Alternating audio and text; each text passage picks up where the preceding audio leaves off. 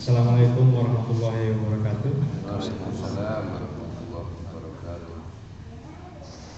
Dengan mengucap puji syukur kepada Allah Subhanahu wa taala, kita masih diberikan kesehatan. Yang kenceng itu. Tadi masih pagi belum panas lama panas. Sebenarnya lama-lama Ya udah tuh. Lalu gas tadi. Agak di sana, feedback. Saya ulangi lagi dari awal. Dengan mengucap puji syukur pada Allah Subhanahu wa taala, kita diberikan kesehatan, keringanan untuk menghadiri kuliah Sabtu pagi ini. Pagi ini kita akan membahas lanjutan dari Al-Quran yang akan dibawakan oleh Ustaz kita Pak Muhammad Yahya. Nanti setelah ini seperti biasa kita akan mengadakan tanya jawab dan pengajian ini kita akhir nanti tepat pukul 8 pagi. Jadi nanti kalau ada waktu kita adakan tanya jawab sebentar. Setelah itu kita makan pagi bersama. Jadi lupa saya ucapkan terima kasih kepada Cak Lugas atas makanannya pagi hari. Alhamdulillah. Silakan ke Pak Ayah, waktu dan tempat saya persilakan. Stop. Mas Koro semakin lama ngomong semakin senang gitu. Maunya lama. Maunya nggak lama, suaranya itu bukan main mengingatkan saya. Assalamualaikum warahmatullahi wabarakatuh. Lucunya genuine ini. Nggak usah.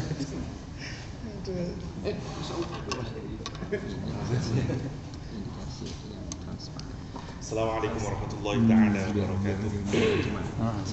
Alhamdulillah, Alhamdulillahil alamin, wassalatu wassalamu ala asrofil anbiya wal mursalin wa ala alihi wa ashabihi ajma'in. Allahumma shalli ala sayyidina Muhammad wa ala ali Muhammad walhamdulillahi rabbil alamin. Ikhwatal iman azakumullah, kita lanjutkan kajian.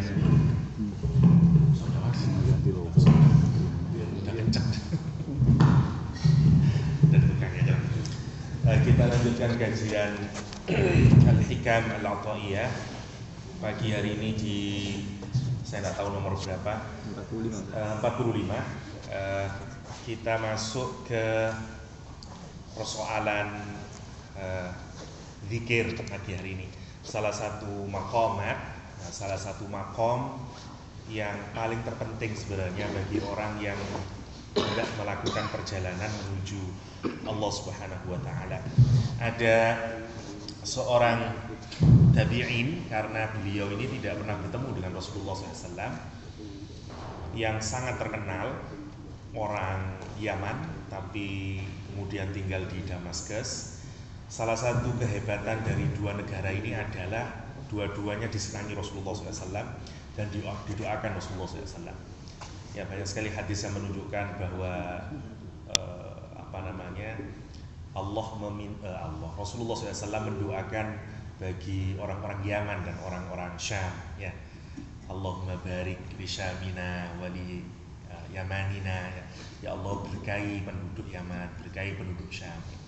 Dan memang banyak ulama-ulama keluar dari sana. Bahkan salah satu pemaknaan hadis tentang tidak akan agama ini akan hancur atau tidak akan habis-habis di dalam tubuh umat ini adalah sekelompok orang yang menjaga agama ini, yang dia tidak takut terhadap apapun, ya, karena dia tegas dengan prinsip yang dia pegangi. Sebagian riwayat dituturkan oleh para muhaddis, dia muncul dari daerah Syam atau dari daerah, sebagian riwayat menuturkan dari daerah Palestina, atau kalau dalam dulu itu ya juga masuk Syam. Yang hari ini kita saksikan Syam sedang berdarah-darah, ya. Syam itu Syria kalau sekarang, dulu sebenarnya ya Palestina segala macam itu masuk Syam. Dan itu daerah yang didoakan Rasulullah, termasuk dari Yaman. Kalau Yaman disenangi oleh Rasulullah SAW karena memang terkenal Yaman itu mudah bergaul dan hatinya jauh lebih soft dibanding Arab yang lain. Dan ini terbukti karena kelompok tribe paling awal yang mau menerima Nabi adalah orang-orang Yaman. Orang Yaman yang pindah ke Madinah, yaitu suku Aus dan Khazraj. Aus dan Khazraj itu awalnya juga dari orang-orang Yaman ya. Jadi yang meminta Nabi Muhammad untuk datang ke Madinah itu awalnya juga orang-orang Yaman. Ketika orang Arab di Makkah tidak ada yang mau kepada Rasulullah SAW. Dua negara ini menarik memang ya. Nah ini ada satu tokoh yang berasal dari Yaman, namanya Abu Muslim Al-Khawlani. Abu Muslim Al-Khawlani ini terkenal dengan orang yang ahli zikir dan menarik tabi'in ini. Beliau ini pecinta Rasulullah SAW, tapi tidak pernah bertemu dengan Rasulullah SAW, sehingga kategorinya masuk kelompok tabi'in karena nanti dia berguru pada para sahabat. Karena definisi sahabat sebagaimana kita ketahui adalah dia bertemu dan beriman kepada Rasulullah SAW. Beliau tidak bertemu karena ketika dia pergi ke Madinah, Rasulullah SAW sudah meninggal dunia. Abu Muslim ini hidup di Yaman awalnya berbarengan dengan orang yang mengaku menjadi nabi, namanya Al-Aswad. Ada seorang yang mengaku menjadi nabi namanya Al-Aswad. Mereka ini, Aswad ini punya banyak pengikut. Ketika ditanyai, misalnya di buku Rasulullah Muhammad fi qulubi ashabihi ya, di buku Ar-Rasul fi qulubi ashabihi, Nabi Muhammad di hatinya para sahabatnya, bagian paling akhir si nabi palsu ini bertanya kepada Abu Muslim Al-Khawlani, kata dia, apakah kamu mengakui bahwa Nabi Muhammad itu adalah utusan Allah? Iya, aku mengakui. Begitu ditanyai, apakah kamu mengakui saya ini utusan Allah? Saya tidak mendengar. Dia tidak mau menjawab dengan menyatakan telinga saya tidak mendengar apa yang kamu omongkan gitu. Dia kalau ditanyain apakah Nabi Muhammad itu Rasulullah, apakah kamu bersaksi bahwa dia Nabi dan utusan Allah, Abu Muslim Al-Khawlani menyatakan iya, aku bersaksi. Tapi begitu ditanya apakah engkau mengakui aku ini utusan Allah, saya tidak dengar kamu ngomong apa. Dia terus ngomong gitu, sehingga marah dan dibakar. Yang ajaib adalah dia salah satu orang yang diberikan keistimewaan sebagaimana Nabiullah Ibrahim alaihissalam. Jadi dalam sejarah tabi'in yang dibakar tapi tidak kobong, tidak terbakar adalah Abu Muslim Al-Khawlani. Makanya ini cukup hebat. Banyak penggali sirah melihat amalan apa yang membuat Abu Muslim Al-Khawlani ini mendapatkan karamah yang mulia ya. Beliau ini terkenal dengan orang yang ahli ibadah, dan salah satu karakter yang dimiliki oleh Abu Muslim Al-Khawlani adalah ahli zikir.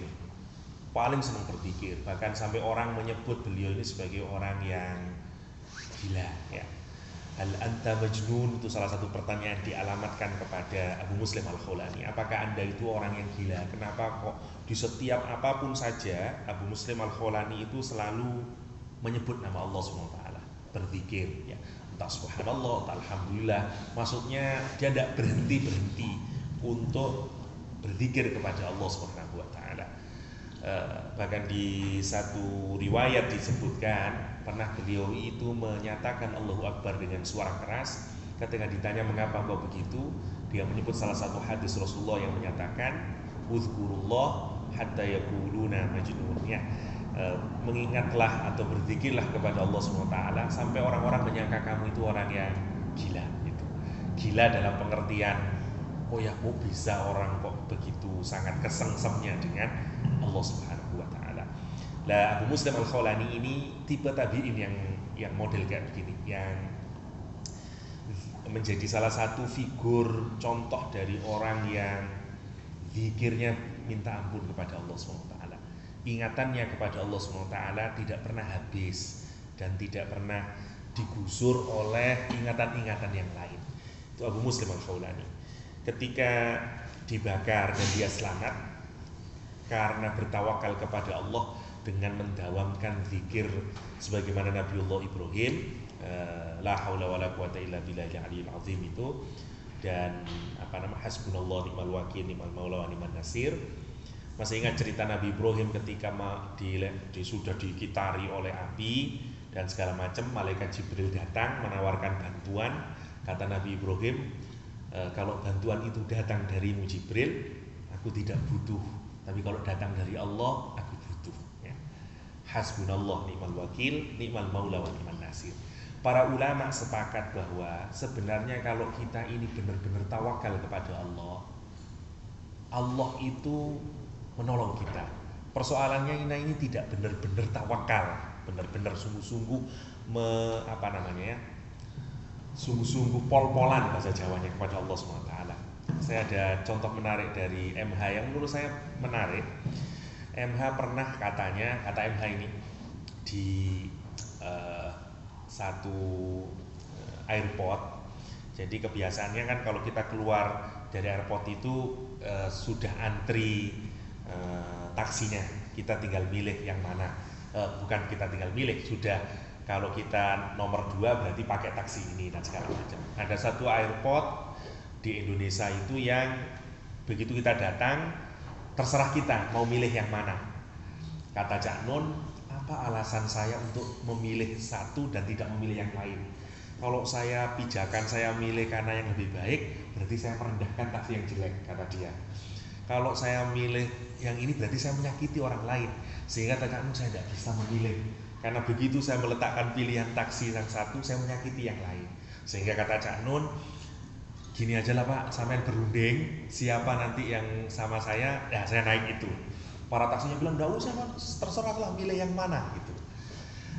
Sikap ini mungkin sikap yang sangat sederhana, tapi kalau sikap ini dibangun karena niat yang baik kepada Allah SWT dan benar-benar kita ingin berbuat baik kepada manusia, bisa melahirkan sebuah keajaiban. Ya.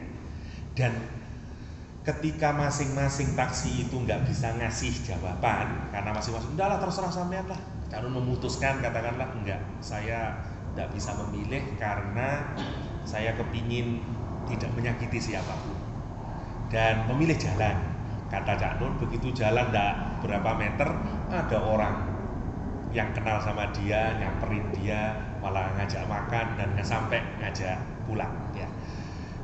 Kisah ini sangat sederhana, cuman kalau kita renungkan sebenarnya, kalau kita ini mengambil pilihan sungguh-sungguh benar di jalan Allah SWT, insya Allah jangan dikira bahwa Allah itu tidak akan membantu kita. Sebagaimana rumus di dalam Al-Quranul Karim, kalau kita sungguh-sungguh mencari bermujahadah kepada Allah SWT, Allah akan tunjukkan jalan. Ya, siapa yang sungguh-sungguh mujahadah, ya lanahdiyannahum subulana, dikasih oleh Allah SWT. Kalau kita lihat buka dalam sejarah orang-orang yang bertawakal kepada Allah, sungguh-sungguh memilih pilihan yang baik, itu akan selalu terbuka peluang yang baik. Persoalannya kita ini terlalu tidak memikirkan peran Allah sih dalam kehidupan. Ya. Seakan-akan bahwa setiap persoalan itu hanya kita selesaikan dengan urusan kita sendiri. Ya. Kalau kita sungguh-sungguh berani mengambil resiko, asalkan kita sesuai dengan apa yang diputuskan sesuai dengan aturan Allah SWT dan kita bersandar kepada Allah, insya Allah ada bantuan yang diberikan oleh Allah SWT. Karena malaikat itu tetap bekerja, Allah tetap bekerja dan segalanya. Kisah tentang Abu Muslim Al-Khawlani ini menjadi pengantar pentingnya kita mengingat Allah SWT dalam seluruh kehidupan kita. Abu Muslim Al-Khawlani ketika dibakar, dia juga tidak terbakar, sehingga murid-muridnya Al-Aswad berkata, kita lepaskan saja ini Abu Muslim, karena kalau kita biarkan dia akan bisa berbahaya bagi status quo-nya Al-Aswad yang baru mengaku menjadi nabi palsu di Yaman. Sehingga keputusannya adalah lebih baik Abu Muslim Al-Khawlani ini kita keluarkan saja dari Yaman, dan Abu Muslim memilih untuk pergi ke Madinah. Di Madinah Rasulullah SAW sudah meninggal dunia, sudah wafat, dan ketemu dengan Abu Bakar As-Siddiq, Abu Bakar dan Umar yang pertama kali mengetahui anak orang ini adalah orang Yaman dan tidak ditanyai dan segala macam itu. Umar bersyukur karena diketemukan dengan orang yang mendapatkan karomah sebagaimana Nabiullah Ibrahim alaihissalam. Itu tentang zikir, dan tema kita pagi hari ini berkenaan dengan zikir. Kita baca Al-Hikam. Bismillahirrahmanirrahim.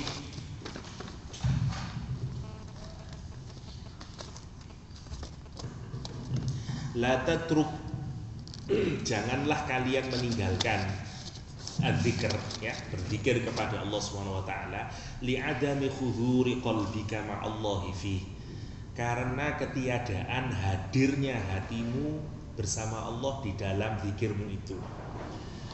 Jangan tinggalkan berzikir meskipun kualitas zikir kita ini tidak bisa menghadirkan Allah di dalam hati kita ketika kita berzikir. Zikir itu awalnya sebenarnya kan pekerjaan hati, ya. Zikir itu amal hati sebenarnya, tetapi menggunakan alat bantu berupa lesan, ya. Sehingga start paling awal zikir itu adalah zikir lesan. Tapi sebenarnya dia tidak dimaksudkan untuk lesan itu, karena dia sebenarnya zikir itu ada di dalam hati kita. Namanya mengingat itu kan sebenarnya pekerjaan hati. Karena itu orang yang ngomong tapi tidak masuk di dalam hatinya, tidak merupakan kesadaran bagi hatinya, kita menyebut dia sebenarnya tidak ingat, ya, ngelindur bahasa Jawanya. Orang ngomong tapi nggak nyambung di otaknya dan di hatinya, itu kan dia bukan orang yang ingat, itu namanya orang iling maksudnya. Jadi orang yang ngelindur. Lah, untuk amal zikir, untuk berzikir, kata Ibnu Athaillah sekadari, jangan tinggalkan, jangan berhenti berzikir meskipun li'adami khudhuri, meskipun ketiadaan hadirnya hatimu ma'allah, bersama Allah SWT fihi, di dalam zikir itu, ya. Li'anna ghaflatika, karena ghaflahmu, ghaflah adalah perbuatan, ghaflah adalah keadaan ketika kita melakukan pekerjaan tapi hati kita tidak ada di dalam itu, namanya ghaflah. Misalnya kalau orang sholat tapi kita ini nggak tahu apa yang kita lakukan di dalam sholat itu, tidak menyadari apa yang kita lakukan, namanya ghaflah. Dan salah satu yang harus kita hindari dari hidup ini, dari melakukan ibadah ini, adalah ibadah yang ghaflah. Dan kita nggak boleh, bahkan Allah menyatakan wala tuti man aghfalna qalbahu, ya, jangan ikut dengan orang yang hatinya ghaflah, ya. Jangan mengikuti orang-orang yang lalai, orang yang lalai, yang melakukan amal tapi hatinya tidak ada di dalamnya.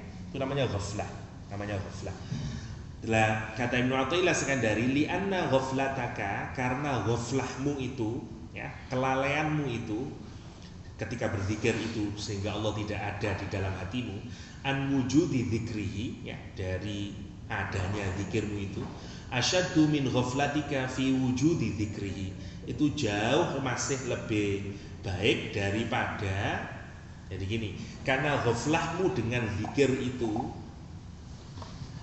berzikir tapi ghaflah gitu, itu jauh lebih baik daripada ghaflahmu asyadu min ghaflatika fi wujudi dzikrihi, daripada ghaflahmu tapi nggak ada zikirnya di dalamnya, ya.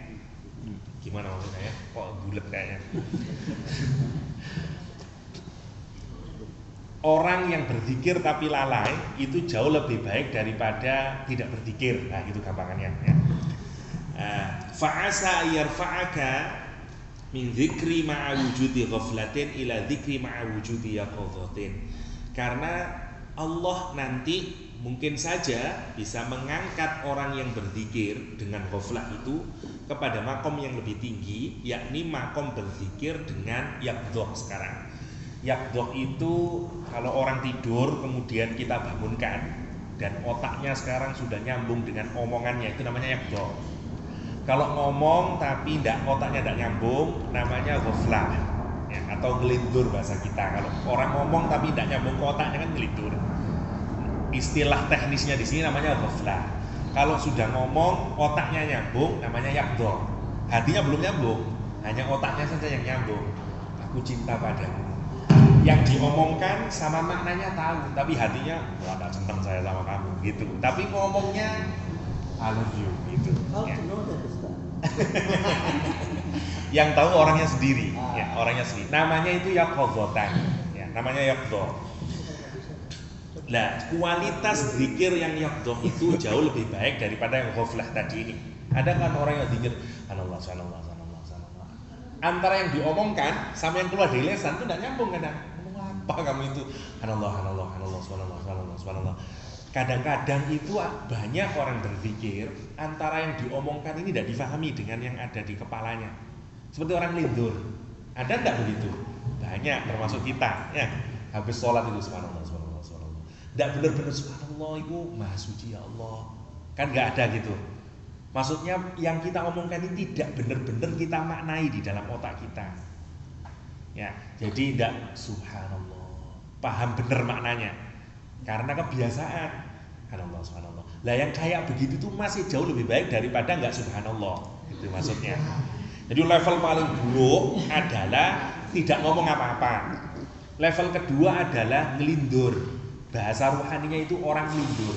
Zikir tapi ngelindur. Jadi subhanallah, subhanallah, subhanallah. Tapi nggak ada di otaknya, apalagi di hatinya. Nah itu level nomor 2. Nggak apa-apa kayak gitu, terus aja kayak begitu. Kenapa? Karena nanti kalau kita mendawamkan subhanallah, subhanallah, subhanallah terus itu, insya Allah nanti akan naik itu menjadi yaqdhah. Kalau kita terus saja, ya karena memang kualitas rohaninya masih rendah, terus saja pokoknya subhanallah, subhanallah, subhanallah. Nanti naik sendiri itu, akan bangun sendiri. Nggak mungkin orang itu akan tidur terus, nggak mungkin orang akan ngelindur terus gitu. Nanti ada satu momen di mana dia akan yaqdhah gitu. Lah, yang tertinggi adalah wa min dzikri ma'a wujudi yaqdhah ila dzikri ma'a wujudi khudur. Yang terakhir adalah marhalatul khudur, tingkatan ketika orang berzikir, lesannya, akalnya dan hatinya menyatu, ngomongannya mantep. Jadi aku cinta padamunya itu mantep gitu. Kan beda orang yang ngomong itu memang keluar dari hatinya. Makanya bobotnya orang yang berzikir itu bisa berbeda-beda tergantung dari tingkatan kita berzikir. Apakah marhalatulnya itu masih ghaflah minal ghafilin, atau marhalatul yaqdhah, atau marhalatul khudur. Jadi 3 ini untuk berzikir. Lah, 1 ini adalah pengajaran Ibnu Athaillah Iskandari terhadap kita tentang kualitas zikir. 1, bahwa zikir itu harus merupakan pekerjaan 3. Pekerjaan lisan, pekerjaan akal, dan pekerjaan hati. Kalau kita ngelepasin satu-satu, nilainya juga masih jelek. Tetapi orang zikir nggak apa-apa meskipun 3 itu tidak bekerja, tetap aja dilakukan. Semua amal kalau kita lihat di dalam Islam itu semuanya ada batasannya. Puasa 30 hari, nggak boleh 31 hari misalnya. Sholat subuh ya 2 hari, meskipun seneng nggak boleh 2 hari, 2 rakaat ya, nggak boleh 3 rakaat misalnya.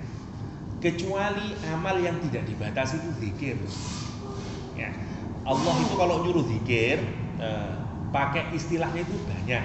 Ya, uzkurullaha dzikron katsira. Ingatlah kepada Allah dengan zikir yang banyak.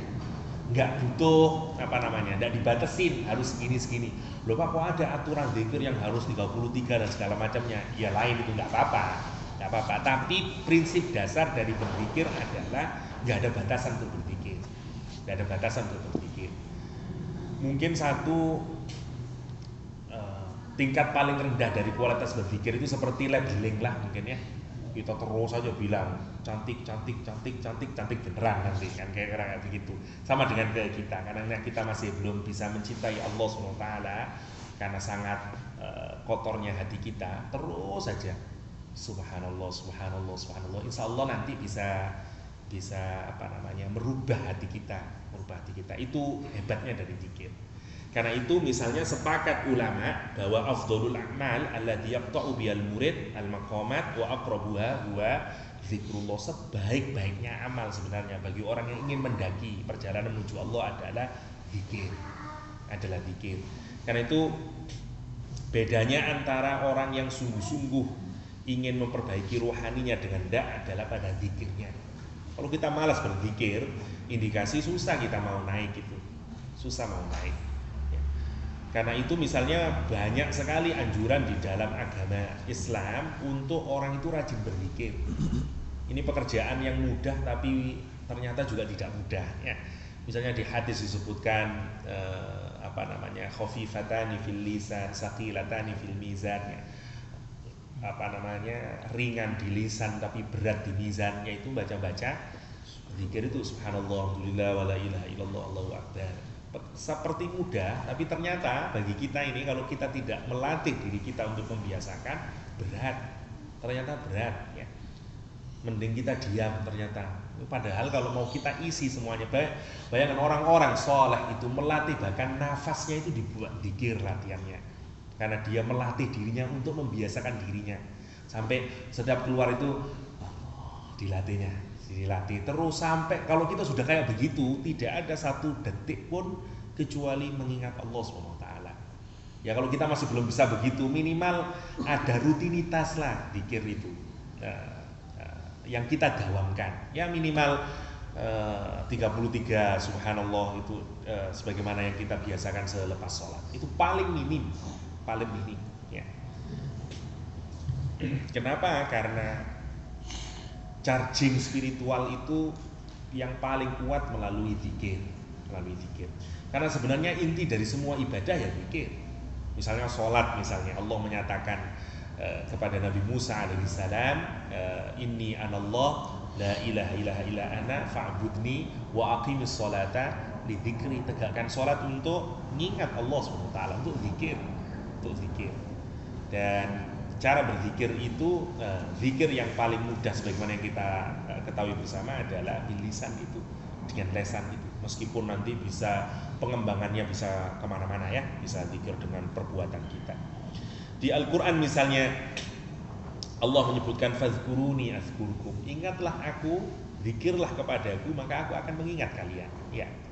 Ada resiprokal ini yang menarik kalau mau kita renungkan. Kalau kita mau diingat Allah SWT, maka caranya adalah kita harus ingat Allah SWT ya. Ingat Allah SWT. Ya ayyuhalladzina amanu dzkurullah dzikran katsira. Wahai orang-orang yang beriman, ingatlah Allah dengan ingatan yang sangat banyak. Kalau di sini Ibnu Ajibah menyatakan wa dzikrul katsir alla yansahu abada, yakni tidak melupakan Allah selama-lamanya. Kalau kita melihat amal dari Rasulullah SAW, salah satu berzikir yang baik juga adalah mendawamkan Al-Quranul Karim ya, mentadabbur dalam Al-Quranul Karim. Karena nama Al-Quranul Karim itu juga zikir. Salah satu nama Al-Quranul Karim kan Az-Zikra ya, yang dipakai sama Arifin Ilham ya, Majelis Az-Zikra ya. Seakar kata dengan zikir. Dan sebaik-baiknya pengingat sebenarnya adalah Al-Quranul Karim. Quran sendiri yang menjustifikasi bahwa sebaik-baiknya alat untuk mengingat Allah SWT adalah Al-Quranul Karim ya. Selain kalimat-kalimat thayyibah, zikir yang terbaik itu adalah baca Al-Quran. Misalnya kalau kita lihat Rasulullah SAW, kesenangannya adalah satu, membaca Al-Quran sambil menangis. Yang kedua, kita juga dengar dari banyak hadis disebutkan sima'ul Quran, semaan Al-Quran, mendengarkan Al-Quranul Karim. Salah satu kebiasaan Rasul adalah mendengarkan bacaan dari sahabat-sahabatnya. Misalnya yang disenangi oleh Rasulullah itu bacaannya Abdullah bin Mas'ud yang sering disuruh Rasul untuk membaca Al-Quran ya. Ibnu Mas'ud menolak, bagaimana saya membaca Al-Quran padahal Al-Quran itu diturunkan untukmu. Kata Rasulullah, aku senang mendengarkan Al-Quran dibacakan oleh orang selainku ya. Dan misalnya juga Rasul mendengarkan bacaan kepada Abu Musa al-Asy'ari ya. Abu Musa ini menarik karena suaranya indah. Pernah suatu malam dia baca Al-Quran, Rasul mendengarkan, tapi dia nggak tahu kalau Rasul mendengarkan. Di pagi hari dikasih tahu, semalam saya mendengarkan. Apa kata dia? Kalau seandainya aku tahu ya Rasulullah, engkau mendengarkan bacaanku, maka aku akan alunkan, karena dia mizmaron min mazairi ali Dawud, aku akan senandungkan seruling dari seluringnya keluarga Nabi Dawud ya. Ini kata lambang. Jadi sebagaimana yang kita ketahui di antara para anbiya yang suaranya sangat indah itu kan Nabi Dawud ya. Langgam mengaji itu seringkali disebut dengan mizmar ali Dawud. Di Kuwait itu ada kayak lomba atau pengajaran ilmu nawom, lagu-lagu itu untuk mengaji yang dikasih judul Mizmar Ali Dawud ya, seruling keluarga Dawud ya. Ya kayak kontesnya Mercy Mission sekarang mencari kori yang terbaik misalnya dan segala macam, dan tidak apa-apa ya, dan tidak apa kecuali yang terlalu dilakukan sehingga pesan dari Qurannya hilang ya. Kalau kita melakukan guna untuk membeautify bacaan kita agar makin mengingatkan kepada Allah, baik.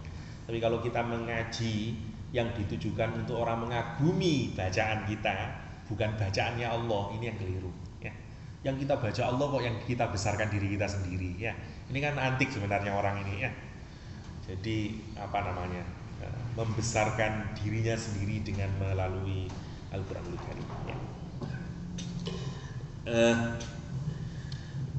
Banyak sekali perintah zikir sebagaimana yang di dalam Al-Qur'an disebutkan, misalnya ada fa idza qadaytumus shalah fadhkurullaha qiyaman wa qu'udan wa 'ala junubikum. Ketika kalian selesai salat, maka ingatlah Allah dalam keadaan berdiri, duduk atau berbaring ya. Wa qala rajulun ya Rasulullah kathurat 'alayya sya'airul Islam fa ausini bi amrin adriku bihi ma fatani wa aujiz. Kata seorang sahabat datang ke Rasulullah SAW menyatakan, ya Rasul, banyak sekali syiar-syiar Islam ini macam-macam. Mbok saya ini dikasih wasiat satulah perkara dari macam, terlalu banyak Islam nih, yang ini yang itu segala macamnya ya. Kata dia itu, mbok saya dikasih satu amalan lah ya Rasul. Apa ya Rasul? Kira-kira gitu. Rasulullah SAW menjawab, la yazalu lisanuka radban bi dzikrillah. Ini pesannya Rasulullah, wasiatnya Rasulullah kepada sahabat Nabi, tapi juga berlaku bagi kita semuanya. Apa kata Rasul? Jangan lepas-lepas atau senantiasalah. Kalau bahasa Jawa ini ngartikannya ojo lebar-lebar gitu maksudnya. Senantiasalah membasahi lisanmu dengan mengingat Allah SWT ya. Karena itu sepakat para ulama, zikir lisan itu tetap benar hukumnya meskipun tidak nyambung ke akal. Kenapa? Karena Rasul memerintahkan la yazalu lisanuka radban bi dzikrillah. Jangan senantiasalah, biasakanlah membasahi bibirmu dengan zikir ya. Jadi bukan membasahi bibir dengan gincu, tapi dengan zikir. Wa qala alaihi salatu wassalam, kalau ada orang di kamarnya dia banyak uang dan sedang menghitung-hitung uang dengan orang yang di kamarnya dia berzikir kepada Allah SWT, lakana dzakir lillah afdal. Sesungguhnya orang yang berzikir di Allah itu jauh lebih baik. Hadis lain misalnya Rasulullah SAW menyatakan, ala unabbiukum bi khairi a'malikum wa askaha. Apakah kalian mau aku beritahu sebaik-baiknya amal dan semurni-murninya amal, inda malikikum wa arfa'aha fi darajatikum ya, yang kalian miliki, yang bisa kalian punyai dan yang paling tinggi derajatnya. Wa khairul lakum min infaqidz dzahab, dan bahkan itu lebih baik bagi kalian daripada menginfakkan emas ya. Wa khairul lakum min an talqaw aduwukum fatadribu anaqahum wa yadribu anaqahum. Qalu wa ma dzaka ya Rasulullah. Lebih baik dari sebanyak amal ya, amal-amal soleh. Saya singkat saja. Sahabat itu bertanya, apa itu ya Rasulullah? Rasul menjawab, zikrullah, mengingat Allah Subhanahu wa taala. Ini hebatnya amalan zikir, hebatnya amalan zikir. Bahkan ketika Sayyidina Ali ditanya, ya Ali, Rasulullah berkata kepada Sayyidina Ali, la taqumus sa'ah hatta la yabqa ala wajhil ardi may yaqulullah ya. Kata Rasulullah SAW kepada Sayyidina Ali bahwa hari kiamat itu tidak akan terjadi sampai di bumi ini, sepanjang di bumi ini masih ada orang yang menyebut Allah, Allah ya. Kalau masih ada nilai-nilai Islam. Faqala lahu Ali kaifa azkuru ya Rasulullah. Faqala lahu sallallahu alaihi wasallam, Ali kemudian berkata, bagaimana cara berzikir kepada Allah itu? Rasul kemudian menyatakan, wasma' minni thalatha marrat summa qul mithlaha la ilaha illallah salasa marrat, dan kemudian ditirukan oleh Sayyidina Ali membaca la ilaha illallah, la ilaha illallah, la ilaha illallah. Karena itu juga ada dasarnya kalau misalnya orang habis sholat membaca la ilaha illallah dan segala macam. Yang jelas zikir itu baik apapun saja sepanjang apalagi di zikir itu disebut Asmaul Husna ya. Tapi tentu yang terbaik adalah la ilaha illallah, sebagaimana di dalam hadis itu ya, afdhalul dzikri la ilaha illallah, sebaik-baiknya berzikir adalah la ilaha illallah ya. Jadi dawamkan saja, dan yang terbaik lagi adalah kalau zikir itu disesuaikan dengan tingkat kebutuhan kita. Kata para ulama, kalau kita kepingin banyak rezeki misalnya, ya banyak-banyaklah nyebut ya Rozak misalnya. Kita ingin dilembutkan hati kita, baca ya Latif, kita macam-macam lah.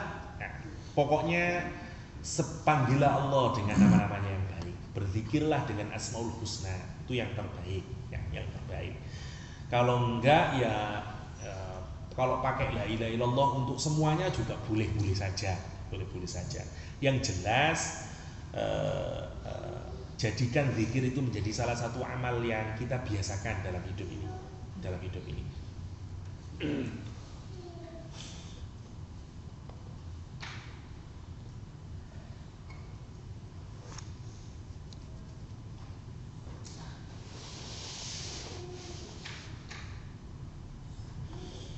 Ada seseorang bertanya kepada penulis kitab ini, malana nadzkurullah bil lisan wal qalbu ghafil. Bagaimana dengan sikap kami ini? Kami berzikir kepada Allah dengan lisan, tapi hati kami ini ghafil atau ghaflah, lalai. Hati kami tidak mengingat Allah. Kata dia, usykurullah, tetap aja bersyukurlah kepada Allah ala ma wafaqa min dzikri lisan. Karena Allah telah memberikan nikmat bagimu untuk bisa berzikir dengan lisanmu. Kenapa? Karena kalau enggak, daripada Allah menyibukkan dirimu daripada riba kepada orang lain, tentu lebih baik berzikir dengan nama Allah Subhanahu wa taala. Singkatnya, makalah nomor 45 ini menjelaskan kepada kita, satu, bahwa amal terbaik bagi orang yang ingin mendaki perjalanan menuju Allah Subhanahu wa taala adalah zikir. Tingkatan zikir itu satu diawali dari berzikir dengan lisan. Yang kedua, ketika orang berzikir juga sudah dimaknai zikirnya dengan akalnya. Dan yang terakhir, ketika zikir itu sudah merupakan pekerjaan hati, ya. Jadi akalnya, lesannya, dan hatinya sudah benar-benar berzikir kepada Allah SWT. Rumus umum dari berzikir tidak ada batasan. Karena itu sebanyak-banyaklah berzikir kepada Allah SWT. Karena sekali lagi salah satu amal yang disukai oleh Rasulullah, orang-orang soleh adalah berzikir, mendawamkan zikir kepada Allah Subhanahu wa taala. Itu tentang zikir, kita singkat saja. Kita lanjutkan kepada alamat mautul qalbi, tanda-tanda dari matinya hati. Jadi kalau tadi zikir itu sebenarnya usaha kita untuk menghidupkan hati kita, sekarang kita lihat apa tandanya kalau hati itu mati. Min alamati mautil qalbi adamul khuzni ala ma fataka minal muwafaqat wa tarkun nadam ala ma fa'alta min wujudiz zallat. Sebagian dari tanda-tanda matinya hati seseorang adalah ketiadaannya hazn, tidak adanya rasa sedih, ala ma fataka minal muwafaqat, terhadap apa yang kita lepas atau dari muwafaqah. Muwafaqah itu amal yang mencocoki dengan aturan Allah SWT, atau kalau kita mudahkan, ketaatan kita kepada Allah SWT. Kalau ada perbuatan itu tidak berbentuk ketaatan kepada Allah SWT, karena kita tidak bisa muwafaqah, kita ini nggak ada sedihnya, itu tanda hati kita mati. Kalau disederhanakan gini, kalau kita sedang tidak taat kepada Allah, kita tidak bersedih, itu tanda hatinya mati. hatinya mati. Wa tarkun nadam ala ma fa'altam fi wujudi zallat. Dan yang kedua adalah tidak ada menyesal kalau kita ini melakukan zallat. Zallat itu ketergelinciran, ya. Sebenarnya zallat itu contoh dari bentuk dosa yang tidak kita sengaja, atau dosa yang memang kita ini selalu aja tergelincir untuk melakukan perbuatan itu. Kalau orang tergelincir melakukan perbuatan dosa dan tidak ada nadam di dalamnya, maka itu juga ciri hati yang mati. Ada dua ciri yang disebutkan di sini. Satu, hazan, dua, nadam. Kalau orang melakukan perbuatan maksiat, kok di dalam hatinya tidak timbul dua sifat ini, ya, satu, timbul hazan, timbul rasa sedih, ya Allah, saya ini kenapa kok bisa melakukan perbuatan ini, kok tidak bisa mentaatimu ya Allah. Yang kedua, tidak menyesal terhadap perbuatannya, tanda hatinya mati, ya, tanda hatinya mati. Jadi dikoreksi sendiri-sendiri, ya. Mautul qalbi sababuhu thalathatu asya. Sebagian ulama menyebutkan matinya hati itu disebabkan oleh tiga hal. Satu, hubbud dunya, cinta terhadap dunia. Semakin kita mencintai terhadap dunia, semakin hilang kecintaan kita kepada Allah SWT. Ada satu doa dari Umar bin Khattab ketika sudah memimpin lama, kira-kira 1-2 bulan lah sebelum beliau meninggal. Salah satu doanya itu adalah, ya Allah, jangan, gampangannya itu bukan seperti doa memohon kematian, ya. Doanya itu seperti ginilah gampangannya. Saya tidak bawa redaksi lengkapnya. Jadi kira-kira itu, ya jangan timpakan saya ini dengan fitnah. Maksudnya ambillah nyawaku ini sebelum aku menjadi orang yang difitnah dan segala macam.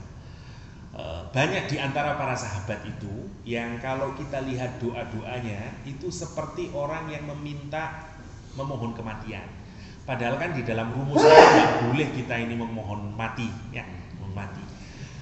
Para ulama menyatakan sebenarnya yang diminta itu bukan semacam kematian, tetapi seperti perasaan bahwa kalau orang itu membesarkan akhirat dan menganggap kehidupan di akhirat itu jauh lebih besar, dunia ini nggak ada apa-apanya, gitu. Seakan-akan ingin menunjukkan bahwa mereka ini sangat siap untuk meninggalkan dunia ini. Kayak nggak ada seneng-senengnya lah terhadap dunia ini, gampangannya kayak begitu. Secara ruhaniah, apa yang dialami oleh para sahabat Rasulullah SAW, ya. Karena itu misalnya pilihan yang dipilih oleh Rasulullah SAW ketika ditawari mau kekal hidup terus di dunia ini atau pulang bertemu Allah SWT, pilihannya adalah Ar-Rafiqul A'la, ya, bersama Allah SWT, bersama sahabat-sahabat sana yang mulia, para anbiya dan segala macam. Itu pilihan Allah, pilihan Rasulullah SAW. Ya. Karena kalau orang sudah mengerti hakikat akhirat, dunia tidak menarik. Bagi orang yang tidak tahu hakikat akhirat, tentu dunia sangat menarik, ya, sangat menarik. Karena itu yang membuat hati kita mati adalah kalau orang terserimpung kecintaannya dengan dunia ini. Semakin orang cinta terhadap dunia, mati hatinya.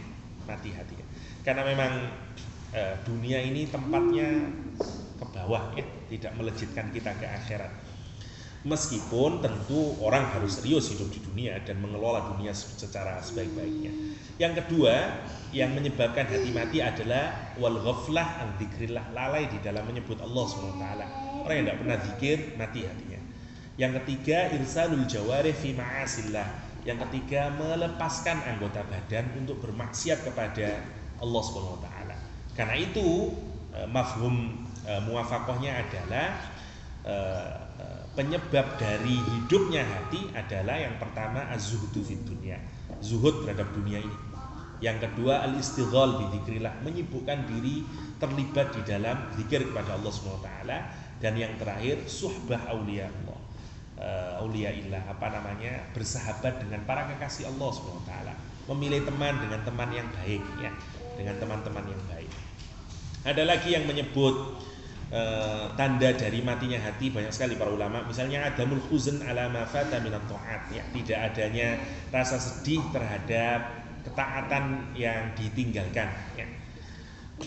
Wa tarkun nadam ala ma fa'alta minaz zallat, dan ketiadaan penyesalan terhadap maksiat yang dijalankan. Wasubtuka lil ghafilina al amwat, dan senang berteman dengan orang-orang yang lalai, ya, yang mati hatinya. Dan ini menjadi penyebab dari matinya hati. Kenapa? Karena satu, kalau kita tidak punya teman yang tidak mengingatkan kita akan Allah SWT, itu juga menjadi sumber matinya hati. Karena kalau ada teman yang masih mengingatkan kita akan akhirat, itu menjadi kayak cahaya bagi pembukaan hati kita. Tapi kalau tidak punya teman untuk mengingatkan, tidak ada zikir yang membuat kita mengingat akhirat, dan tidak memiliki kecintaan terhadap akhirat, dan bahkan kecintaan hanya terhadap dunia, mati hati kita. Itu rumus yang diberikan para ulama. Kalau Ibnu Athaillah Sakandari, matinya hati dilihat dari dua aspek tadi itu, hazan. Karena mestinya hati yang selamat itu dia akan merasa sedih kalau melakukan maksiat kepada Allah SWT. Seperti yang sering kita diskusikan adalah bahwa orang itu kalau melakukan maksiat pasti hatinya tidak tenang, ya, sebagaimana rumus di dalam hadis, ya. As-sidqu tuma'ninah wal itsmu ma haka fi sadri, ya. Kebenaran atau kebaikan itu membuat tenang hati, ya. Tetapi dosa adalah apa yang menggelisahkan hati, kata Rasulullah SAW. Karena sifat bawaannya dari maksiat itu menggelisahkan sebenarnya hati kita. Tapi kalau gelisahnya itu dibiasakan, menjadi tidak gelisah kemudian, ya. Karena kita biasa. Ini yang membuat matinya hati kita.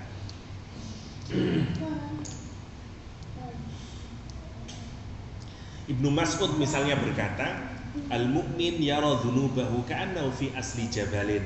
Ya, kata Ibnu Mas'ud, orang mukmin itu melihat dosanya seakan-akan dia ini ada di pucuk gunung, ya.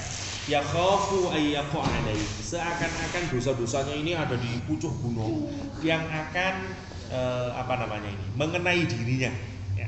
Seperti dia akan keruntuhan gunung, kira-kira itu. Wal fajir yara dzunubahu, sementara orang yang ahli maksiat melihat dosa-dosanya itu kadzubab, sebagaimana lalat. Yaqa'u waqa'a ala anfihi, yang hinggap di hidungnya, faqala bihi hakadha fa'atarhu, dan kemudian dia akan berkata ya seperti ini aja, dan kemudian hilang. Itu bayangannya. Kalau orang mukmin, dosa apapun yang ada di dalam pikiran dia seakan-akan seperti sebuah gunung yang akan menimpa dia, kata Ibnu Mas'ud. Sementara orang yang ahli maksiat melihat dosa itu seperti lalat saja, enteng di dalam hatinya, tidak ada nadam, tidak ada hazan. Karena itu di makalah selanjutnya kata Ibnu Athaillah Sakandari, la ya'dzumu dzam indaka 'azamatan tasudduka an husnidh dhanni billah. Karena itu kata Ibnu Athaillah Sakandari, janganlah membesarkan dosa-dosamu itu yang sehingga menjadi benar-benar seperti besar, yang menghalangimu itu untuk berhusnudzon kepada Allah SWT. Maksudnya begini, kalau kita memiliki dosa atau memiliki perbuatan maksiat, ini kan kadang-kadang kita menyangka, ya Allah, cik banyaknya dosa saya ini. Seakan-akan kemudian kita memiliki suudzon kepada Allah SWT bahwa dosa kita tidak bisa diampuni karena saking banyaknya. Meskipun di Al-Quran menarik, misalnya Al-Quran menyatakan bahwa orang yang sudah sangat melampaui batas itu memang diapit oleh kayak, kalau kamu tidak taubat nggak ada lagi loh peluang untuk bisa diterima. Misalnya di Zumar ketika Allah menuturkan tentang orang yang sudah melampaui batas di dalam perlakuan perbuatan maksiat, ya ayyuhalladzi ya ibadiyalladzina asrafu ala anfusihim, itu wahai orang-orang yang sangat keterlaluan, sudah melampaui batas, la taqnatu min rahmatillah, jangan putus asa di dalam meraih rahmat Allah SWT. Tapi setelah ayat itu Allah menguncinya dengan dua hal. Memang kamu jangan putus asa untuk meraih rahmat Allah, karena masih Innallaha ghafurur rahim, ya, innallaha yaghfiru dzunuba jami'a, karena Allah akan mengampuni semua dosa, dan ketahuilah Allah Maha Penyayang. Tapi kemudian Allah menyatakan syaratnya harus ada dua. Kamu harus inabah, yang keduanya kamu harus mutaba'ah, ikuti Al-Qur'anul Karim, wattabi sabila ahsana ma unzila ilaik, ikutilah Al-Qur'anul Karim. Tapi kalau tidak dua-duanya ini, Al-Quran mengingatkan, jangan sampai kalau kamu tidak melakukan dua ini, ingat, kamu akan diadab oleh Allah tanpa ada yang bisa menolongmu, atau kamu akan diadab oleh Allah dan kamu tidak sadar itu, dalam keadaan kamu tidak menyangka-nyangka, nanti akan diadab oleh Allah SWT. Jadi seperti Allah ngasih peluang, tapi kayak peluang paling akhir lah, makanya gitu.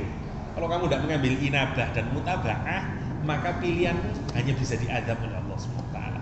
Hanya bisa diadab oleh Allah SWT. Lah, kalau kita melakukan perbuatan dosa, jangan sampai dosa kita ini membuat kita suudzon kepada Allah SWT. Karena itu justru yang paling buruk. Meskipun kita berbuat dosa, jangan punya pikiran bahwa Allah itu tidak bisa mengampuni dosa kita dan segala macam. Itu karena kita suudzon, kita membatasi kasih sayang Allah SWT. Kata Ibnu Athaillah, manusia itu dibedakan menjadi tiga, kata dia. Yang pertama disebut dengan ahlul bidayah atau orang permulaan. Ketika apa? Ketika khaufnya lebih besar daripada rojaknya. Ketika ketakutannya kepada Allah lebih besar daripada harapannya kepada Allah. Ini tingkat paling awal. Kenapa? Karena banyak dosanya. Sehingga kalau mau diukur, harapannya sama takutnya kepada Allah lebih banyak takutnya. Karena tipis harapannya, memang sedikit amal solehnya. Itu tingkat nomor satu, kata dia. Nomor dua ahlul wasat, yang moderat lah. Yang nomor dua adalah orang yang sudah imbang rasanya dalam hati itu, antara takut sama harap itu hampir berimbang, ya.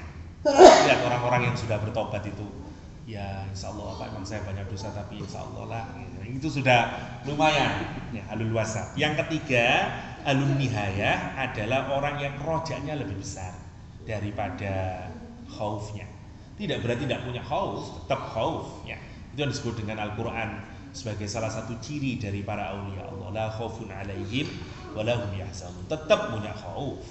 Wong Rasulullah aja kalau membaca ayat-ayat berkenaan dengan neraka juga menangis, ya. Terutama Rasul menangis berkenaan dengan menjadi saksi bagi kita ini. Kalau berkenaan dengan para umatnya pasti Rasul menangis. Misalnya ada riwayat Rasul menangis semalaman dan mengulang-ulang satu ayat yang menyatakan wa in tu'adzibhum fa innahum ibaduk. Ya Allah, kalau engkau mengadab mereka ini, yakni umat kita ini yang dipikirin, maka mereka itu hamba-hambamu ya Allah, ya.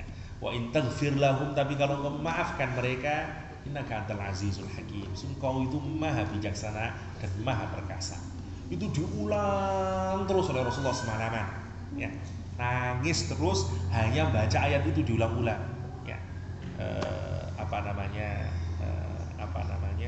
Wa in tu'adzibhum fa innahum ibaduk, ya Allah, kalau engkau adab mereka ini hamba-hambaku ini, ya, orang Lamongan ini ya Allah, misalnya kayak begitu, ya. Semuanya dibilang begitu, mereka itu hambamu ya Allah, ya. Tapi kalau engkau ampuni mereka, sungguh engkau ini maha al-aziz al-hakim. Tangisan Rasul itu yang mesti berlama-lama berkenaan dengan kesadaran akan kita ini, akan umatnya. Atau di ayat lain ketika Al-Quran menyatakan bagaimana ketika semua kaum itu didatangkan nanti di hari kiamat, saksinya, ya. Wajibna terus itu yang bikum, yang belakangnya ada syahidah, dan kemudian aku datangkan engkau Muhammad dengan kepada kaummu sebagai saksi. Rasul juga menangis di An-Nisa mungkin, ya, berhenti di ayat itu dan menangis lagi. Setiap yang berkenaan dengan diri kita. Karena itu di dalam hadis salah satu fungsi Rasul nanti adalah menjadi saksi bagi kita. Dan Rasul akan berdiri di Shiratal Mustaqim untuk siap ngasih syafaat bagi kita. Ada pernyataan Ibnu Katsir yang menarik. Kata Ibnu Katsir, yang penting itu bukan mencintai Rasul, tapi dicintai Rasulullah SAW, kata Ibnu Katsir. Kalau kita mencintai, Oke, biasa aja, semua orang bisa mencintai. Tapi apakah kita ini dicintai Rasulullah SAW? Lah untuk dicintai itu kan butuh usaha lebih besar daripada mencintai, ya. Daripada mencintai. Itu argumentasinya Ibnu Katsir yang menurut saya menarik, ya. Apa namanya? Yang penting bukan mencintai Nabi, tapi dicintai Nabi. Lebih dalam kalau dicintainya. Dan pastikan kita menjadi orang yang paling tidak mengakui Nabi lah, jadi umatnya. Itu kita lanjutkan aja secara singkat, semoga sampai 50 lah, nggak usah panjang-panjang penjelasannya.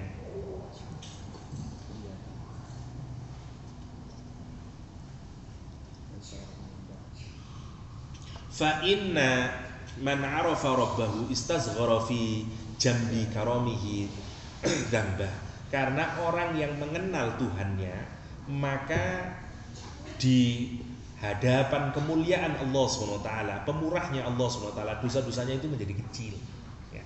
Karena itu jangan menganggap dosa itu menjadi begitu amat besar sehingga membuat kita bersuudzon kepada Allah SWT. Karena kalau orang yang benar-benar paham akan kemurahan Allah SWT, maka dosa itu menjadi kecil, untuk kata Ibnu Athaillah Sekandari, ya.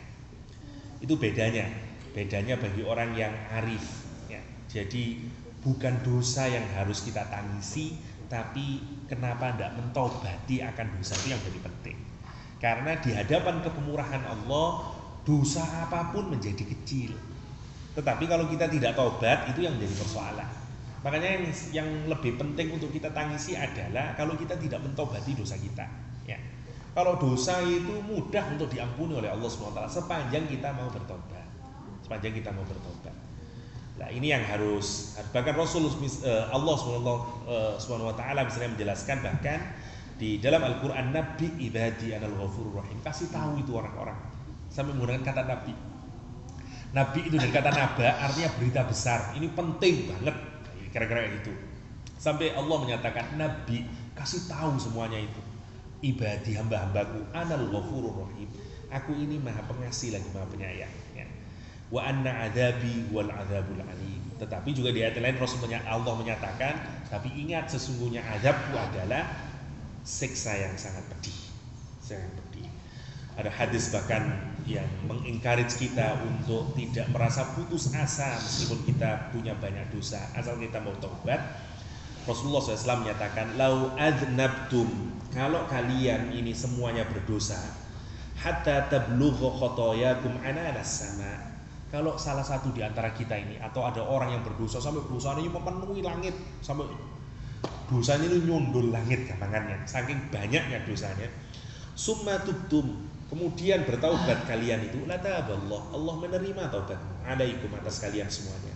Walau annal ibada lam yudhnibu la dhahaballahu bihim summa jaa biqaumin akharin yudhnibuna fayastaghfiruna fayaghfiru lahum wa huwal ghafurur rahim.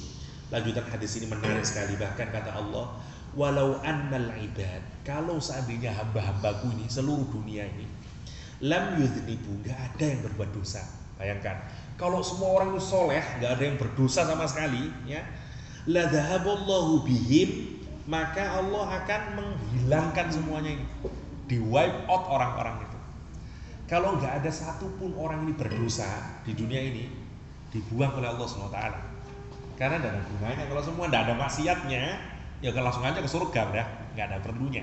Sampai untuk apa? Ini bahasa hiperbolisnya Allah SWT, bukan hiperbolis ya kenyataan, tapi dengan bahasa yang seakan-akan Allah ingin menunjukkan bahwa berdosa itu jangan membuat kamu menyangka Allah nggak bisa ngampunin, kira-kira kayak gitu. Sehingga menyatakan kalau semua manusia ini tidak ada yang berdosa, maka aku akan hilangkan mereka semuanya. Summa jaa biqaumin akharin, dan aku datangkan kaum yang baru lagi. Yudhnibun, dan mereka akan berbuat dosa. Fayastaghfirun, dan aku akan mengampuni mereka. Fayaghfiru lahum wa huwal ghafurur rahim, dan aku akan mengampuni mereka, dan dialah Allah yang maha pengasih lagi maha penyayang. Hanya untuk menunjukkan bahwa sebesar dosa apapun, kalau kita mau taubat kepada Allah, diampuni. Karena itu jangan membuat dosa itu menjadikan kita suudzon kepada Allah. Karena orang yang memahami kemuliaan dan kepemurahan Allah SWT, dosa menjadi kecil.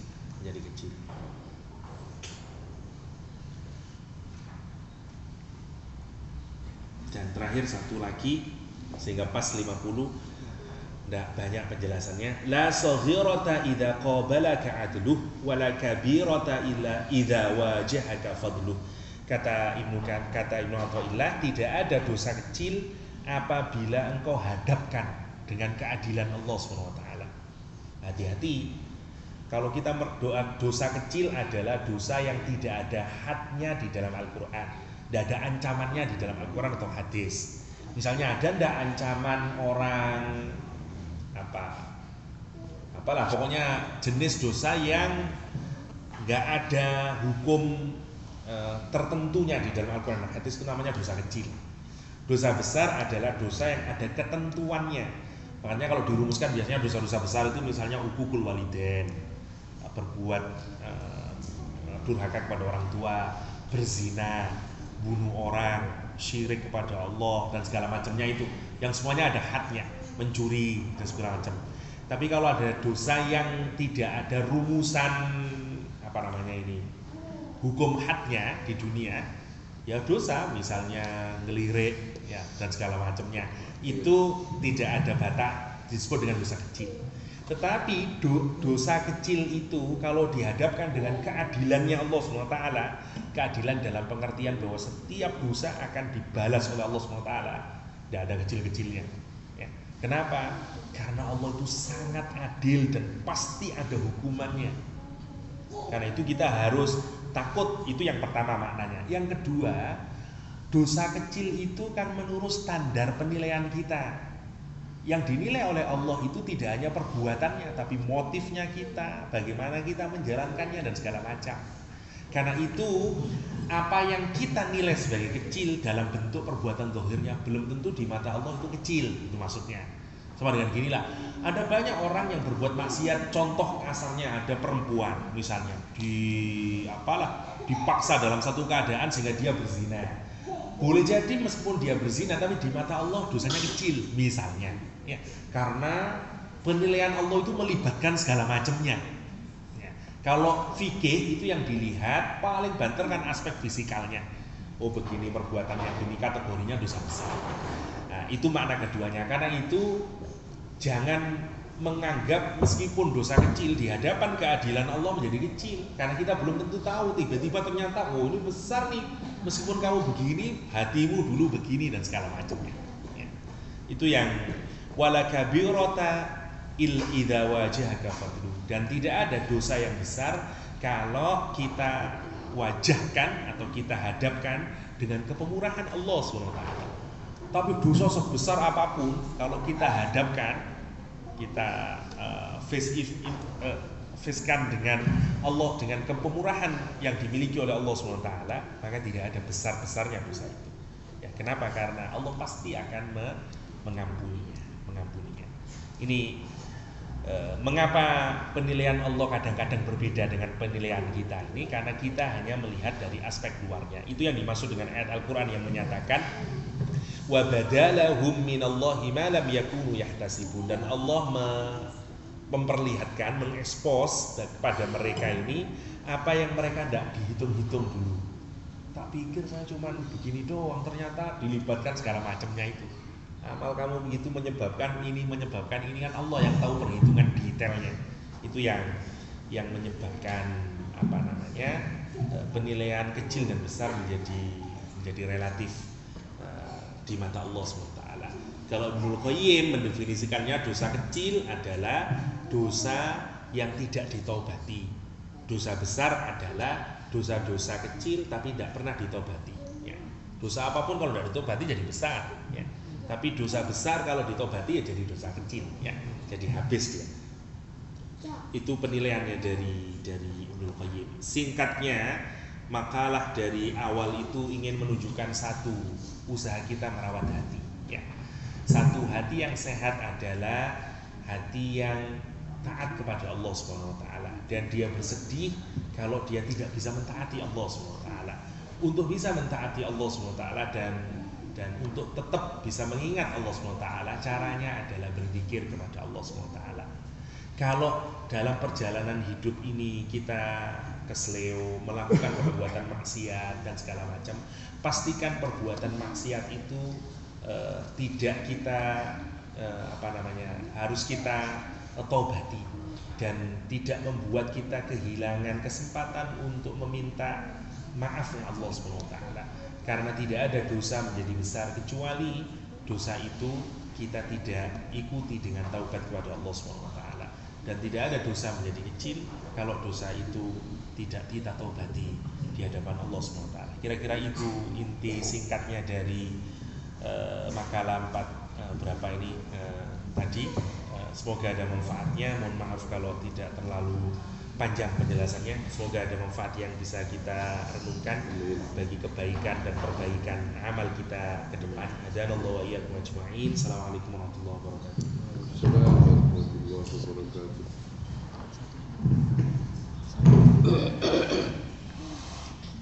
Terima kasih Pak Yaya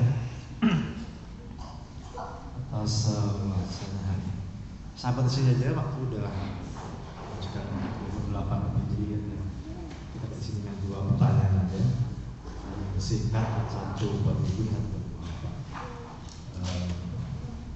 Silakan. Assalamualaikum warahmatullahi wabarakatuh. Warahmatullahi wabarakatuh. Menarik sekali tentang zikir ini dan juga kaitannya dengan masalah dosa. Yang saya jelaskan sebenarnya yaitu zikir itu akan lebih bernilai. Jadi ada sebuah kalimat yang mengatakan bahwa zikir itu akan lebih bernilai kalau ada gurunya. Malah kalau tidak ada gurunya nanti malah takutnya nanti gurunya adalah setan. Sehingga ada beberapa kalangan yang menempuh jalur thariqah, malah sampai di dalam thariqah itu ada membayangkan guru dahulu, ya kan, supaya mempermudah jalan untuk mengingat Allah. Karena dianggap dengan kita mengingat seorang guru, itu gurunya jadi kita jadi ingat Allah. Jadi ini sebagai wasilah saja. Nah, bagaimana pendapat Ustaz ya mengenai hal ini, dan apakah hal semacam itu memang bisa? Saya kira itu saja pendapat Ustaz. Terima kasih. Dari Ibu ada pertanyaan hari ini?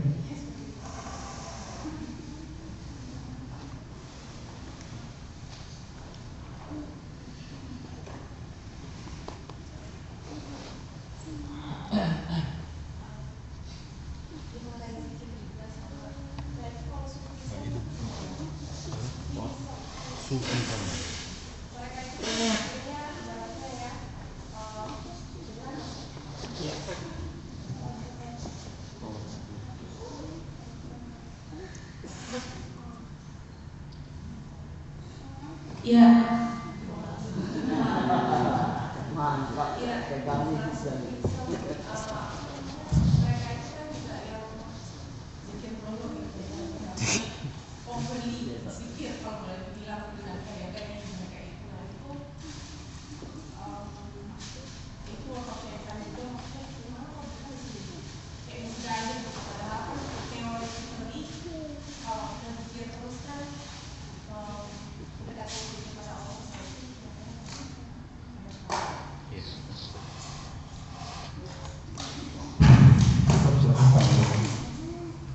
Terima kasih Mas Toro.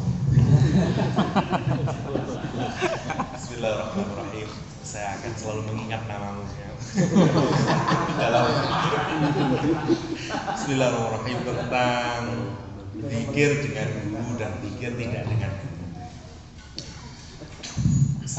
Salah satu ciri dari agama ini adalah berkenaan dengan isnad ya, atau dengan jalur periwayatan.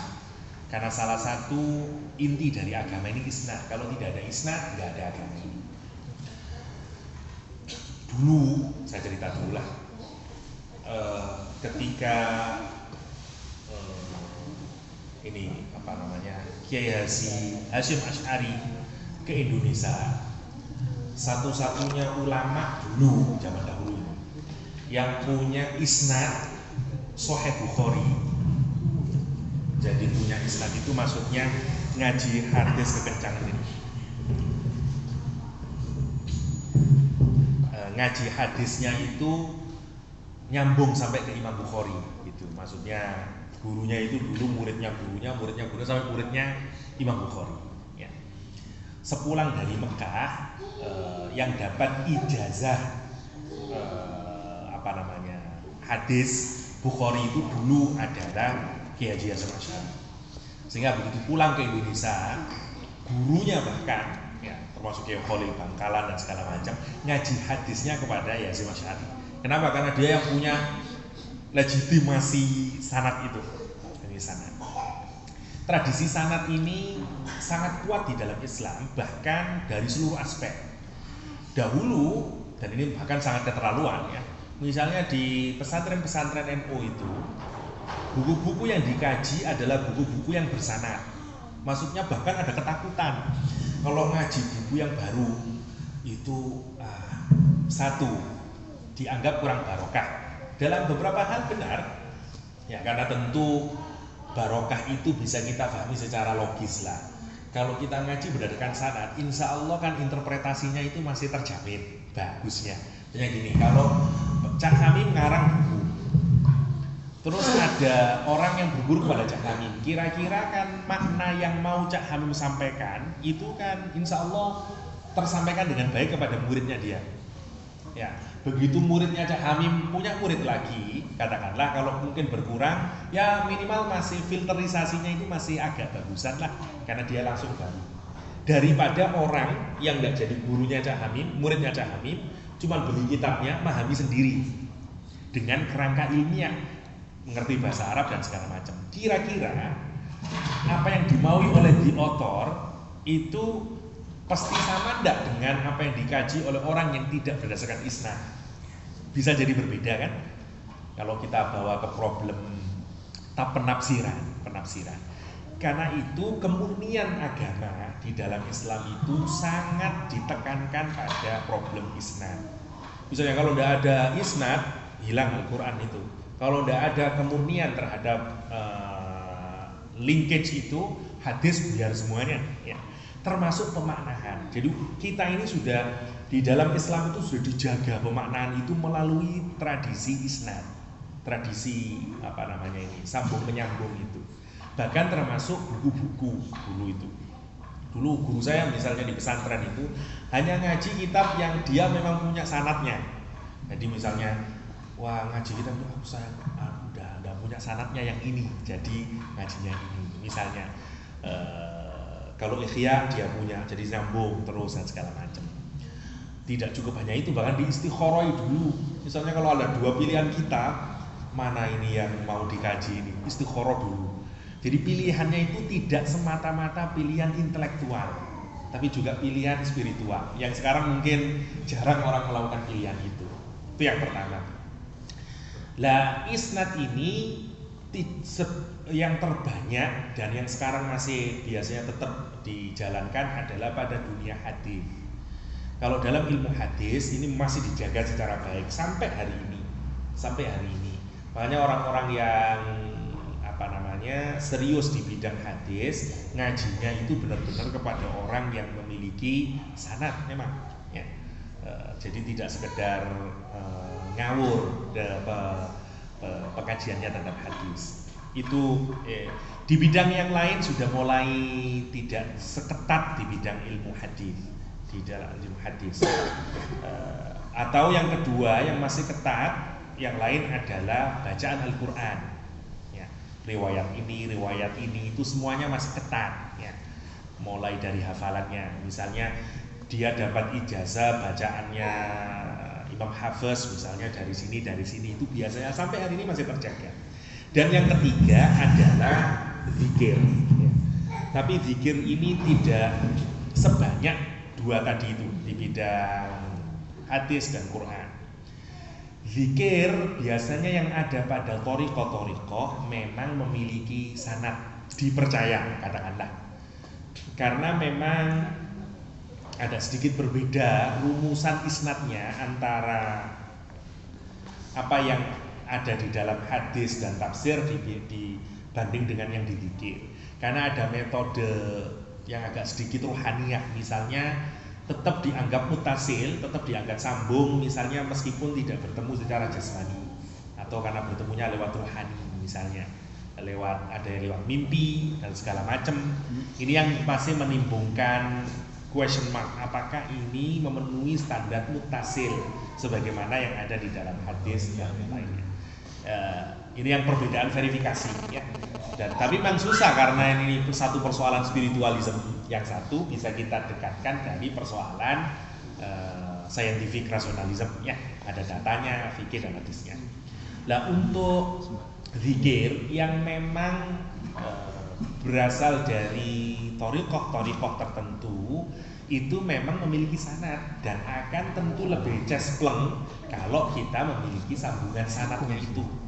Contoh gampangannya beginilah, saya kasih contoh model zikir dari salah satu torikoh yang kalau tidak di kalangan Nahdlatul Ulama dianggap sebagai kelompok yang muktabar. Muktabar itu sanadnya sampai kepada Nabi Muhammad.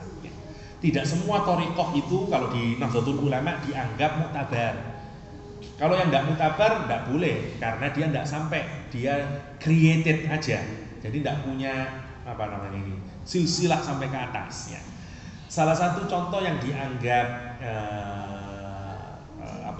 memiliki isnad yang nyampe itu adalah Naqsabandiyah atau Qadiriyah. Satu Naqsabandi.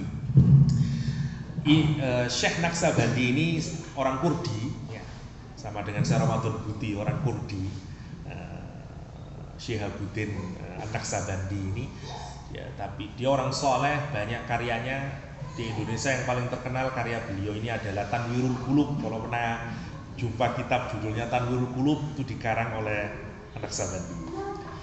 Dan dia banyak kitab yang lain. Atau misalnya kalau Qadiriyah itu adalah satu spiritual school yang dibangun oleh Abdul Qadir Al-Jailani.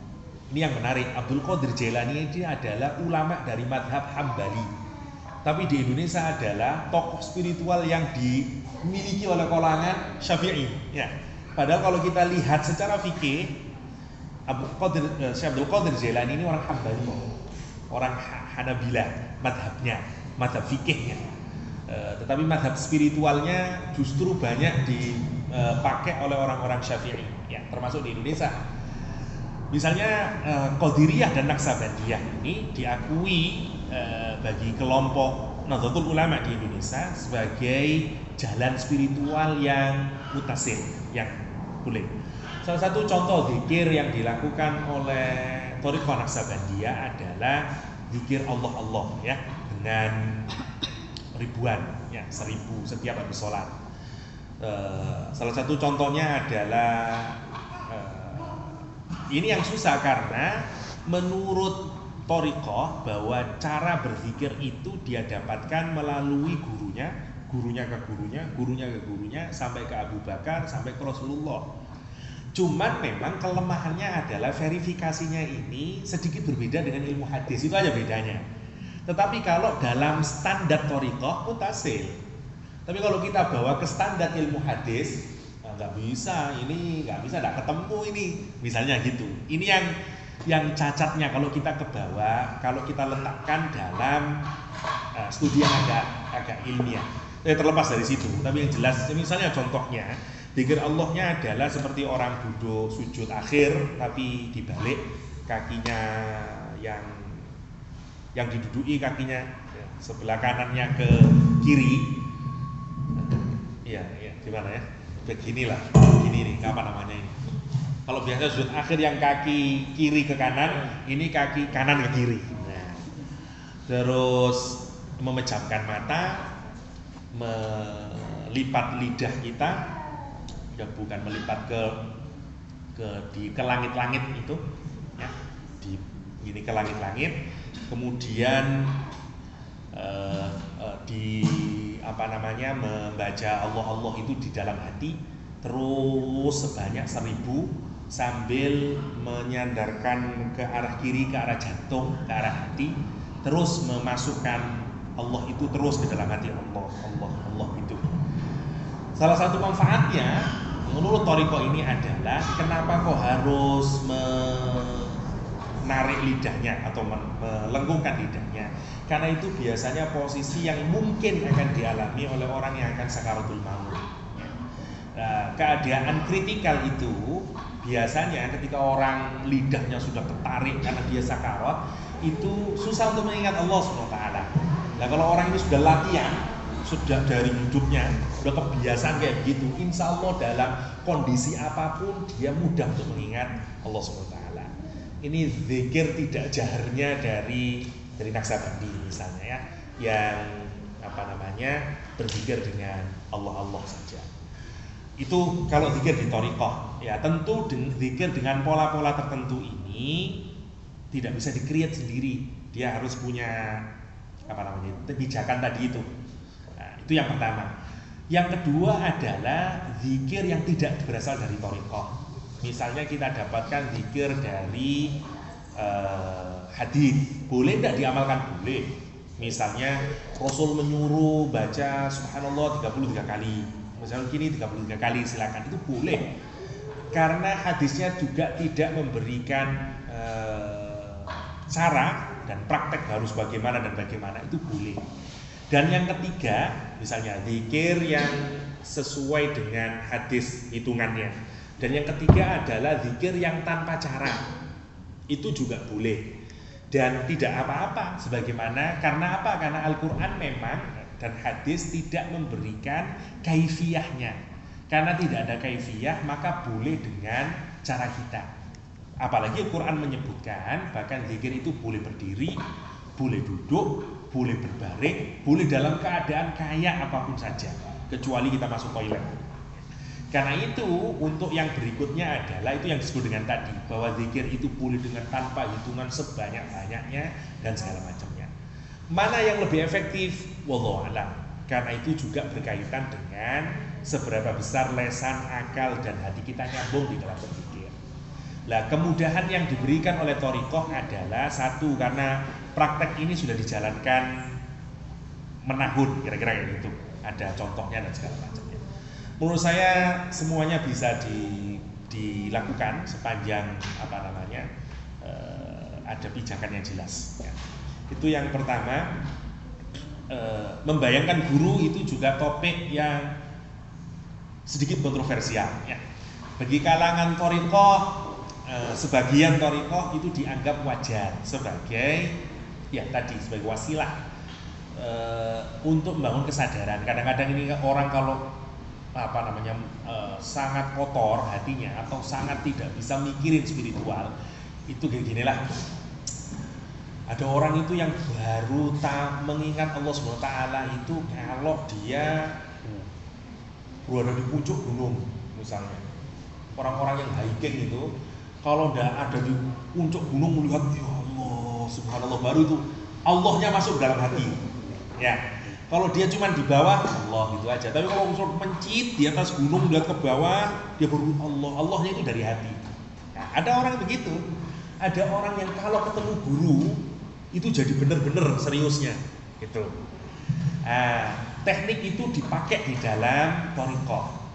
Ya, jadi kalau langsung Allah itu nggak nyambung karena terlalu jauh jaraknya. Hatinya ini masih belum, channelnya nggak masuk gitu kira-kira. Jadi yang pertama yang dibayangkan ini gurunya sehingga dia bisa khusyuk, bukan untuk berzikir dengan guru, tapi hanya sekedar kayak kalau diilmiahkan itu seperti bangun konsentrasi lah, bangun konsentrasi. Itu yang sebenarnya jadi salah satu alat di dalam zikir di dalam Thariqah. Ya. Bagi pemula sebenarnya harus bayangin dan segala macam. Itu singkatnya. Terakhir Sufism. Kalau ini panjang, jadi saya singkat saja karena ini satu topik sendiri. Di Azhar bahkan ada satu jurusan tasawuf wa falsafah, ini satu jurusan sendiri. Bagaimana saya jelasin satu jurusan? Nah, mungkin ya. Tasawuf secara singkat adalah ilmu akhlak di dalam Islam. Tergantung perspektifnya. Di dalam Islam hari ini ada dua pendapat. Satu, ada kelompok yang menentang secara umum ya, apapun saja kalau berbau tasawuf bid'ah. Ya. Bahkan dianggap tasawuf itu ilmu sesat, tidak ada di dalam Islam. Sumbernya dari Hindu Buddha, sumbernya dari tatayur masa lalu. Pendapat kayak ini hari ini misalnya, agar kita tahu aja ya, hari ini misalnya pendapat yang semacam ini biasanya diikuti oleh kelompok-kelompok atau ulama-ulama dari Saudi Arabia yang menganggap tasawuf itu sudah laten, ada keterkaitannya dengan Hindu Buddha dan segala macam, dan banyak ide-ide yang tidak berasal dari Islam, sehingga bagi mereka nggak boleh dipertahankan sama sekali. Menyebut tasawuf saja sudah bukan Islami gitu, sehingga tidak ada istilah tasawuf. Kalau Anda belajar ke Makkah Madinah nggak akan pernah ada istilah tasawuf di sana ya, karena itu bid'ah hukumnya yang berkaitan dengan tasawuf. Biasanya mereka nanti berdalil dengan kalau pendapat yang dipakai banyak dengan Ibnu Taimiyah berkenaan dengan posisi tasawuf, meskipun bahkan di buku-bukunya Ibnu Taimiyah sendiri, Ibnu Taimiyah tidak mengeneralisir semua bentuk praktek tasawuf sebagai sebuah kesalahan. Kelompok yang kedua adalah kelompok mayoritas umat Islam hari ini. Jadi kalau dibanding negara katakanlah, sebagian dari satu madhab yang menganggap semua tasawuf itu batil. Yang kelompok yang kedua adalah kelompok yang melihat tasawuf sebagaimana ilmu-ilmu yang lain. Misalnya di tafsir ya ada tafsir yang tidak benar ya, ada tafsir Israelian, ada tafsir liberal dan segala macam. Di hadis juga begitu, ada orang nafsiri tidak benar dan segala macam. Persis sama dengan di dalam tasawuf. Ada banyak aliran-aliran tasawuf yang juga tidak punya dasar, yang tidak berdasarkan syariat juga banyak, dan itu harus diakui. Di ahli sunnah wal jamaah saja itu juga berbeda-beda pemahamannya, maksudnya klasifikasinya.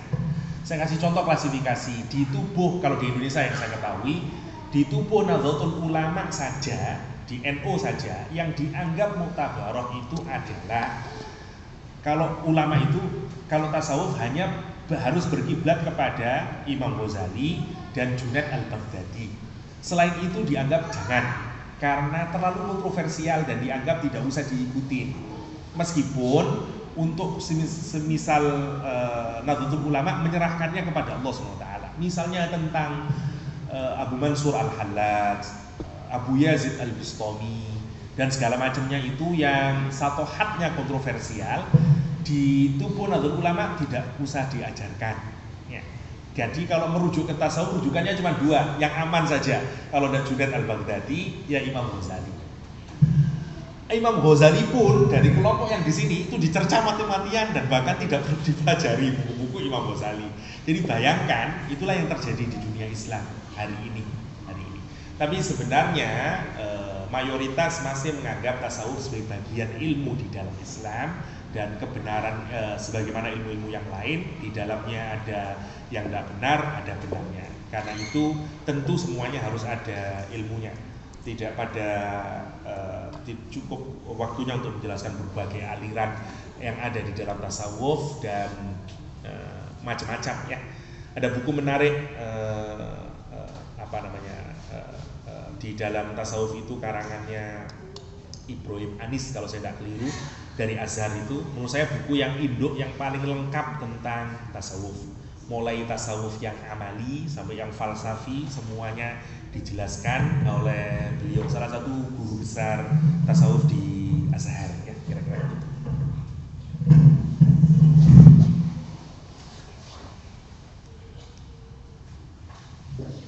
Saya kira cukup untuk hari ini. Terima kasih sekali lagi saya ucapkan kepada Bapak dan Ibu yang hadir di pengajian ini. Serta terima kasih buat Cak Lukas yang telah menyiapkan makanan Cak Lukas. pagi ini. Saya yang masak semua 2 hari. Baiklah, kita akhiri pengajian kita hari ini dengan membaca Al-Asr.